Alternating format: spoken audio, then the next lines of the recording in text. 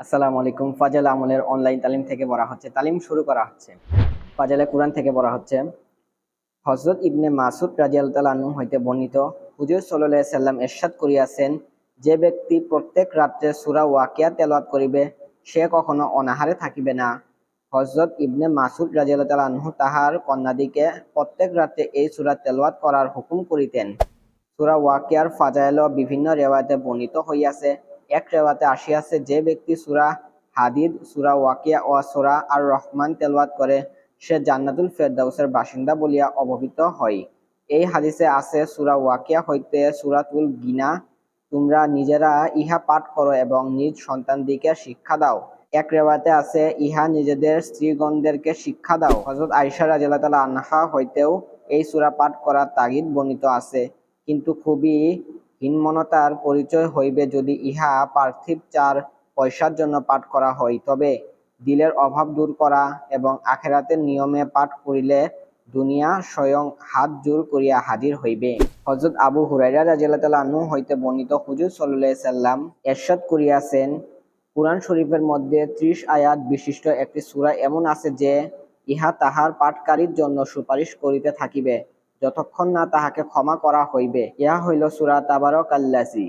এক রিওয়ায়াতে সূরা তাবারাকাল্লাযী সম্পর্কে হুজুর সাল্লাল্লাহু আলাইহি সাল্লামের ইরশাদ বর্ণিত হইয়াছে যে, আমার মন চাই এই সূরা প্রত্যেক মুমিনের অন্তরে থাকুক। এক রিওয়ায়াতে আছে, যে ব্যক্তি মাগরিব ও এশার নামাজের মধ্যবর্তী সময় সূরা তাবারাকাল্লাযী ও সূরা আলিফ লাম মিম সেজদা পড়িল, সে যেন লাইলাতুল কদরে জাগিয়া থাকিয়া ইবাদত বন্দেগী করিল। এক রিওয়ায়াতে আছে, যে ব্যক্তি এই দুইটি সূরা পড়ে, তাহার জন্য ৭০টি নেকি লেখা হয় এবং ৭০টি গুনাহ দূর করিয়া দেওয়া হয়। এক রিওয়ায়াতে আছে, যে ব্যক্তি এই দুইটি সূরা পড়ে, তাহার জন্য শবে কদরে ইবাদতের সমান সওয়াব লেখা হয়। ইমাম তিরমিজি রাহমাতুল্লাহ আলাইহি হযরত ইবনে আব্বাস রাদিয়াল্লাহু তাআলা আনহু হইতে নকল করিয়াছেন যে, কিছু সংকট সাহাবী এক জায়গায় তাঁবু লাগাইলেন, তাহাদের জানা ছিল না যে সেখানে কবর রহিয়াছে। হঠাৎ তাঁবু স্থাপনকারীর সেখানে কাহাকে সূরা তাবারাকাল্লাযী পড়িতে শুনিল। এই ঘটনা হুজুর সাল্লাল্লাহু আলাইহি সাল্লামের নিকট আরজ করা হইলে হুজুর সাল্লাল্লাহু আলাইহি সাল্লাম ফরমাইলেন, এই সূরা আল্লাহর আযাব হইতে বাধা দানকারী এবং নাজাত দানকারী। হযরত জাবের রাদিয়াল্লাহু তাআলা আনহু বলেন, হুজুর সাল্লাল্লাহু আলাইহি সাল্লাম ততক্ষণ শুইতেন না যতক্ষণ সূরা আলিফ লাম মিম সেজদা ও সূরা তাবারাকাল্লাযী না পড়িতেন। হযরত খালেদ ইবনে মাদান রাদিয়াল্লাহু তাআলা আনহু বলেন, আমার নিকট এই রিওয়ায়াতে পৌঁছাইয়াছে যে, এক ব্যক্তি বড় গুনাহগার ছিল, সে সূরা আলিফ লাম মিম সেজদা পড়িল, ইহা ছাড়া সে আর কোনো কিছু পড়িত না। লোকটির মৃত্যুর পর তাহার উপর এই সূরার সংখ্যীয় দানা মিলিয়া দিয়া সুপারিশ করিল, হে রব, এই ব্যক্তি আমাকে অনেক বেশি তেলাওয়াত করিত। তাহার সুপারিশ কবুল করা হইল এবং প্রত্যেক গুনাহর পরিবর্তে একটি করিয়া নেকি দেওয়ার হুকুম হইল। হযরত খালেদ ইবনে মাদান রাদিয়াল্লাহু তাআলা আনহু ইহাও বলেন যে, এই সূরা তাহার পাঠকারীর পক্ষে কবরে ঝগড়া করে এবং বলে, আমি যদি তোমার কিতাবের অংশ হইয়া থাকি তবে আমার সুপারিশ কবুল করন, নতুবা আমাকে তোমার কিতাব হইতে মিটাইয়া দাও। অতঃপর এই সূরা পাখির মতো হইয়া যায় ও মুর্দার উপর নিজের ডানা মিলিয়া দেয় আর তাহার উপর হইতে কবরের আযাব ফিরাইয়া রাখে। বর্ণনাকারী বলেন, সূরা তাবারাকাল্লাযীর জন্য এই সবগুলি ফজিলত রহিয়াছে। হযরত খালেদ ইবনে মাদান রাদিয়াল্লাহু তাআলা আনহু এই দুইটি সূরা না পড়িয়া শুইতেন না। হযরত তাউস রাহমাতুল্লাহ আলাইহি বলেন, এই দুইটি সূরা সমস্ত কুরআন শরীফের অন্যান্য সব সূরা হইতে ৬০ নেকি বেশি রাখে।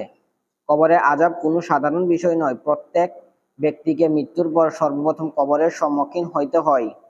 হযরত উসমান রাদিয়াল্লাহু তাআলা আনহু যখন কোনো কবরের নিকট দাঁড়াইতেন, তখন এত বেশি কাঁদিতেন যে দাড়ি মুবারক ভিজিয়া যাইত। কেউ জিজ্ঞাসা করিল, আপনি জান্নাত ও জাহান্নামের আলোচনার দ্বারাও এত কাঁদেন না, যত কবর দেখিয়া কাঁদেন? তিনি বলিলেন, আমি নবী করিম সাল্লাল্লাহু আলাইহি সাল্লামের নিকট শুনিয়াছি যে, কবর হইল আখিরাতের মঞ্জিল সমূহের প্রথম মঞ্জিল।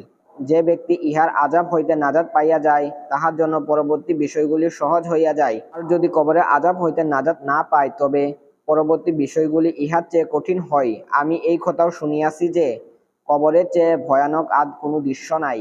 হযরত ইবনে আব্বাস রাদিয়াল্লাহু তাআলা আনহু বলেন, হুজুর সাল্লাল্লাহু আলাইহি সাল্লামের নিকট কেউ জিজ্ঞাসা করিল, সর্বোত্তম আমল কি? তিনি বলিলেন, হাল মুরতাহিল। লোকেরা জিজ্ঞাসা করিল, হাল মুরতাহিল কি? হুজুর সাল্লাল্লাহু আলাইহি সাল্লাম ইরশাদ করিলেন, সেই কুরআনওয়ালা যে প্রথম হইতে আরম্ভ করিয়া শেষ পর্যন্ত পৌঁছে এবং শেষ করার পর আবার শুরুতে পৌঁছে এবং যেখানে থামে সেখান হইতে আবার সামনে অগ্রসর হয়। হাল অর্থ মঞ্জিলের আগমনকারী, মুনতাহিল অর্থ যাত্রা আরম্ভকারী, অর্থাৎ যখন কালামে পাক খতম হইয়া যায় তৎক্ষণাৎ আবার নতুন করিয়া শুরু করিয়া দেয়। এইরূপ নহে যে এখন তো খতম হইয়া গিয়াছে আবার পরে দেখা যাইবে। কানজুল উম্মালে এক রেওয়াতে ইহার ব্যাখ্যা বর্ণিত হইয়াছে যে আল খালিমুল মুফাত্তিহ খতম করনেওয়ালা এবং সাথে সাথেই শুরু করনেওয়ালা, অর্থাৎ কুরআন শরীফ একবার খতম করার সাথে সাথেই আবার দ্বিতীয় খতম শুরু করিয়া দেয়। আমাদের দেশে কুরআন শরীফ খতম করার পর মুফতিহুল পর্যন্ত পড়ার যে প্রচলন রহিয়াছে সম্ভবত এখানে হইতেই এই রীতি গ্রহণ করা হইয়াছে, কিন্তু বর্তমান লোকেরা ইহাকে আদব মনে রেখে এবং পরে আর খতম পুরা করার এহতেমাম করে না। অথচ ব্যাপারটি এমন নয়, বরং উদ্দেশ্য হইল একবার খতম করার পর পুনরায় শুরু করা, কাজেই ইহাকে পুরা করা উচিত। শরহে ইহইয়া এই আল্লামা সুয়ুতি রহমতুল্লাহ আলাইহি ইহা ইতকাম কিতাবে দারেমি রেওয়াতে নকল করিয়াছেন যে হুজুর সাল্লাল্লাহু আলাইহি সাল্লাম যখন কুল আউযু বিরাব্বিন নাস পড়িতেন তখন সাথে সাথে সূরা বাকারা মুফতিহুন পর্যন্ত পড়িতেন, অতঃপর কোরআন খতমের দোয়া করিতেন। আবু মুসা আশআরী রাদিয়াল্লাহু তাআলা আনহু হইতে বর্ণিত, হুজুর আকরাম সাল্লাল্লাহু আলাইহি সাল্লাম ইরশাদ করিয়াছেন, কুরআন শরীফে খোঁজ খবর লইতে রাখো। কসম সেই পাক জাতের যাহার হাতে আমার জান। উট যেমন রশি হইতে ছুটিয়া বাহির হইয়া যায়, তাহা অপেক্ষা দ্রুত কুরআন অন্তর হইতে বাহির হইয়া যায়। অর্থাৎ মানুষ যদি জানোয়ারের হেফাজত হইতে উদাসীন হইয়া যায় এবং ইহার রশি হইতে বাহির হইয়া যায় তবে ভাগিয়া যাইবে, এমনিভাবে যদি কালামে পাকের হেফাজত না করা হয় তবে ইহাও ইয়াদ থাকিবে না, ভুলিয়া যাইবে।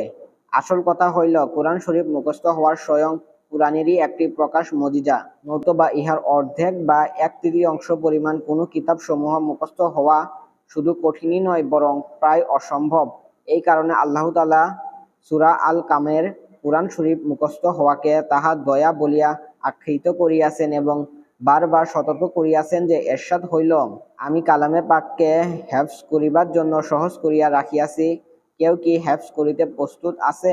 জালালাইন শরীফের গ্রন্থকার লিখিয়াছেন, এই আয়াতের মধ্যে প্রশ্নবোধক বাক্যটি আদেশ অর্থে আসিয়াছে। সুতরাং যে বিষয়টিকে আল্লাহ তাআলা বারবার তাগিদ করিয়া বলিয়াছেন, আমরা মুসলমানগণ ইহাকে অনর্থক নিবর্জিতা এবং অযথা সময়ের অপচয় বলিয়া মনে করিতেছি। এই আহামকির পরও আমাদের ধ্বংসের জন্য আর কিসের অপেক্ষা বাকি রহিয়াছে? আশ্চর্যের বিষয় হইল হযরত ওয়াইব আলাইহিস সালাম তাওরাত মুখস্থ লিখিয়া দেওয়াতে আল্লাহর পুত্র বলিয়া আখ্যায়িত হন, আর মুসলমানদের জন্য আল্লাহ তাআলা এই নিয়ামতকে সহজ করিয়া রাখিয়াছেন বলিয়া ইহা এইরূপ মূল্যায়ন করা হইয়া থাকে।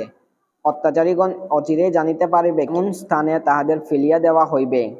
মোট কথা ইহাই একমাত্র আল্লাহ তাআলারই দয়া ও অনুগ্রহ যে কুরআন শরীফ মুখস্থ হইয়া যায়। ইহার পর যদি কাহারও পক্ষ হইতে অবহেলা হয় তবে তাহাকে ভুলাইয়া দেওয়া হয়। কুরআন শরীফ পড়িয়া ভুলিয়া যাওয়ার ব্যাপারে বড় কঠোর শাস্তির কথা আসিয়াছে।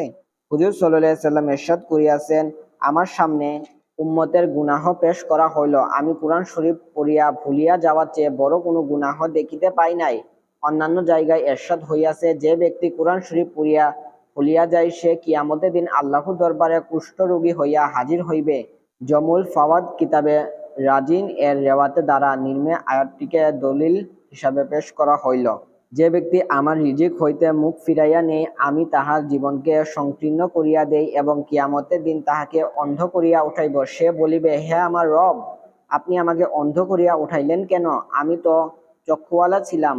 এরশাদ হইবে, তোমার নিকট আমার আয়াতসমূহ আসিয়াছিল, তুমি সেইগুলি ভুলিয়া গিয়াছিলে, সুতরাং আজ তোমাকেও সেইভাবে ভুলিয়া যাওয়া হইল।